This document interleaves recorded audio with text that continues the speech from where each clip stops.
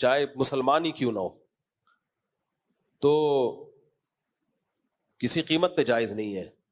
ہاں انڈیا کے جو مسلمان ہیں وہ مجبور ہیں اس وقت، ہم لوگ ان کو ترغیب دیتے ہیں کہ تم مودی کے خلاف کھڑے ہو جاؤ، تم انڈیا کے خلاف کھڑے۔ بھائی وہ جس حالات میں رہ رہے ہیں، وہ صبح و شام یہ نعرے لگا رہے ہیں کہ ہم انڈیا سے محبت کرتے ہیں، مودی حکومت یہ ماننے کے لیے تیار نہیں ہے۔ جو اس نے مسلمانوں پہ ظلم کے پہاڑ توڑے ہوئے ہیں وہاں بہت قسمہ پرسی کی حالت میں، سوائے چند لوگوں کے، نارملی حالات مسلمانوں کے انڈیا میں اچھے نہیں ہیں۔ مسجدیں گرائی، صبح شام ویڈیوز آ رہی ہوتی ہیں، احمد آباد کا واقعہ دیکھ لو اور بابری مسجد کا واقعہ دیکھ لو، اس کے بعد کتنی مسجدیں شہید ہو گئیں، اور ڈاکٹر ذاکر نائک کا کیا حشر کیا ان لوگوں نے، اور اس کے بعد ابھی جو تمام وقف کی املاک جن سے مدرسے اور مسجدیں چلتی تھیں وہ تمام املاک گورنمنٹ اپنے تحویل میں لے رہی ہے، اس سے تو مسجد اور مدرسوں کی ایسی کی تیسی ہو جائے گی۔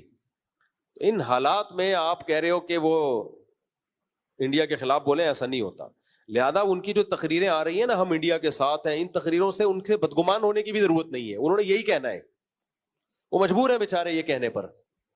اور لیکن انڈیا، مودی نے ماننا پھر بھی نہیں ہے، یہ بتا دوں میں، ماننا پھر بھی نہیں ہے کہ یہ ہم وہ سوتیلا پن رکھنا ہے اس نے، کیونکہ وہ مودی شدت پسند قسم کے جو ہندو ہیں، جو بہت ہی بنیاد پرست ہندو ہیں، ان کی آنکھوں کا تارا ہے، تو اس نے مذہب کا منجن بیچنا ہے، اس نے مسلمانوں کو، عیسائیوں کو، سکھوں کو دبانا ہے، تو وہ شدت پسند ہندو کہیں گے یہ ہمارا ہے، تو یہ اس کا موٹیو ہے، یہ بھائی اس کا ہدف ہے، یہ تو یہ کرے گا وہ۔ میں جب واگا بارڈر گیا وہاں میں نے ایک بیان دیا، اس پہ بھی کچھ لوگ کہہ رہے ہیں کہ پیڈ ہیں، لفافے مل رہے ہیں۔ اللہ کی قسم ہم نے کسی فوجی سے رابطہ نہیں کیا کہ ہم واگا بارڈر جا رہے ہیں، کیا خیال ہے کتنے پیسے ملیں گے۔ ہم جب وہاں پہنچے ہیں فوجیوں کو بھی نہیں پتا تھا کہ ہم آئے ہوئے، ان کو جب پتا چلا بہت خوش ہوئے۔ اس کرنل تھے، انہوں نے کہا کہ ہمیں حوصلہ چاہیے بھائی، حوصلہ پبلک، تو بہت خوش ہوئے کہ آپ لوگوں نے آ کے ہمیں حوصلہ دیا، کچھ ان کو جہاد کی آیتیں سنائیں، کچھ ان کے اپریشیٹ کیا، اتنا خوش ہوئے، کہہ رہے ہیں دل باغ باغ ہو گیا، کوئی تو آیا۔ تو منفی سوچنا چھوڑ دو، سمجھ رہے ہو، کچھ تھوڑا سا مثبت سوچا کرو۔ یہ سب نے مل کے اس میں، ہم نے قوم پوری اکٹھی ہوگی اس مسئلے پر، اور سامنے کیا ہے، بتوں کی عبادت کرنے والے، پتھروں کو پوجنے والے، اور بات یہ کہ آپ کے بارڈر پہ جتنے ملک ٹچ ہوتے ہیں سب ویسے ہی آپ کے دشمن ہیں، تو سب ویسے ہی آپ کے دشمن ہیں، تو قوم بھی دشمن ہوگی تو بنے گا کیا ہمارا؟ فوج سے آپ دشمنی نکال رہے ہو، فوج کی ایسی کی تیسی ہو جائے گی آپ کی، لیکن آپ کی بھی ہوگی، پھر آپ کی اس سے بڑی ہوگی۔ اور جن کو آپ اپنا دوست سمجھ رہے ہو کہ جی ہمارے دوست ہیں اور یہ ہمیں آزادی دلائیں گے اس فوج سے، نا نا نا نا نا نا، وہ ایسا غلام بنائیں گے نا آپ کو کہ آپ کی سوچ ہوگی۔ انڈیا کے مسلمانوں کا حال دیکھو، انڈیا کے مسلمان صبح و شام انڈیا کی محبت کے نعرے لگاتے ہیں، مگر انڈیا ان کو اپنا ماننے کے لیے تیار نہیں ہے۔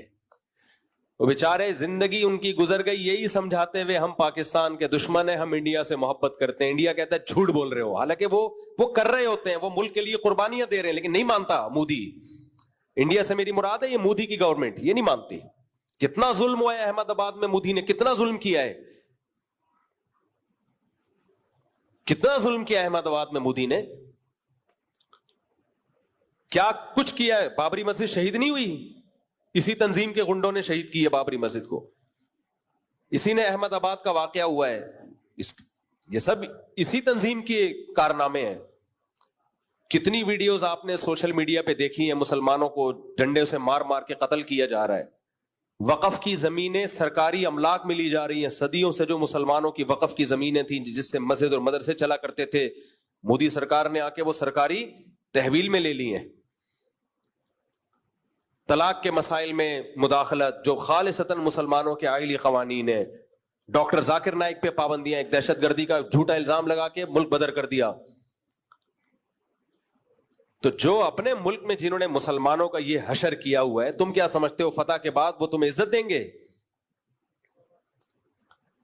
تو ہوش کے ناخن لو میرے بھائی، آزمائشوں میں پتہ چلتا ہے کون اپنا اور کون غیر ہے. باقی اختلافات سب کے ہیں, ہم بھی کسی ایک جماعت کو دودھ کا دھلا ہوا نہیں مانتے, ہمارے بھی اختلاف ہیں, لیکن جنگ ختم ہو جائے پھر انشاءاللہ ہم آپس میں لڑیں گے. مجھے بتانا کہاں جا کے پھڈا کرنا ہے, میں دیکھوں گا یہ سوٹیبل جگہ ہے یا. میں تو ہوئی پھڈے باز, 4 شادیاں پھڈوں کے بغیر تھوڑی ہو سکتی ہیں. لیکن محاذ پہ بلایا جا رہا اور میں بیوی سے لڑ رہا ہوں, ساس سے لڑ رہا ہوں, سسر سے لڑ رہا ہوں, لوگ بولیں گے بھائی ادھر بم آ رہا ہے ابھی فی الحال کیا کرو, ادھر جاؤ یار. یہ لڑائیاں چلتی رہیں گی, ساس بہو کی لڑائیاں, سیاسی لڑائیاں, فوج اسٹیبلشمنٹ سے لڑائیاں, سسٹم. جو ہمارے الیکشن ہوئے وہ کس سے ہوئے, سسٹم ساری دنیا کو پتا ہے. لیکن مجھے غم اس لیے نہیں ہوتا کہ پہلی دفعہ تھوڑی ہوا ہے, تو ہمیشہ سسٹم سے ہی ہوتے ہیں. اب جو غم پہلی دفعہ پہنچتا ہے نا اس پہ انسان کو تکلیف ہوتی ہے. جو جس غم کے ہم پیدا ہی اس غم میں ہوئے ہو تو اس غم کی کیا تکلیف ہے یار. تو الیکشن شفاف کبھی پہلی دفعہ یعنی پہلی دفعہ تھوڑی ہوا ہے, یہ ایسے ہی چلتا ہے بھائی. سب مارکیٹ میں یہی چل رہا ہے.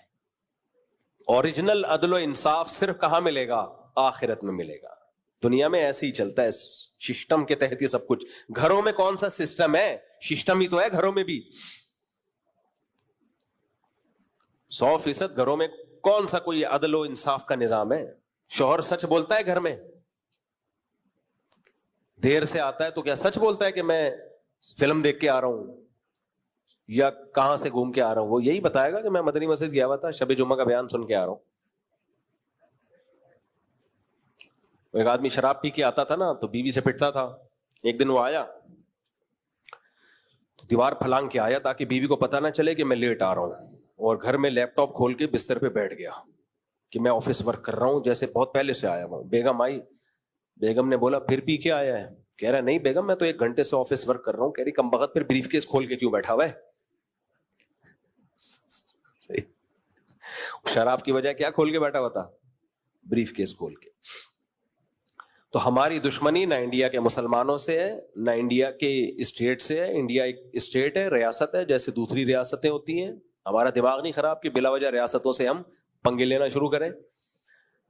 لیکن جو انڈیا کی موجودہ گورنمنٹ ہے, گورنمنٹ اس سے ہماری دشمنی ہے, اس کو ہم نہیں چھوڑے گا. صحیح ہے, اس کو نہیں چھوڑے گا انشاءاللہ. اور اس جنگ میں اگر ہمارا کوئی نقصان ہوتا ہے جانی یا مالی تو اس پہ ہم نے واویلا نہیں کرنا. کیوں مر گئے, فوج کہاں ہے؟ تو جنگ میں مریں گے بھی ماریں گے بھی. فَيَقْتُلُونَ وَيُقْتَلُونَ, قرآن کہتا ہے لڑتے ہیں مارتے بھی ہیں مرتے بھی ہیں, سب کچھ ہوگا.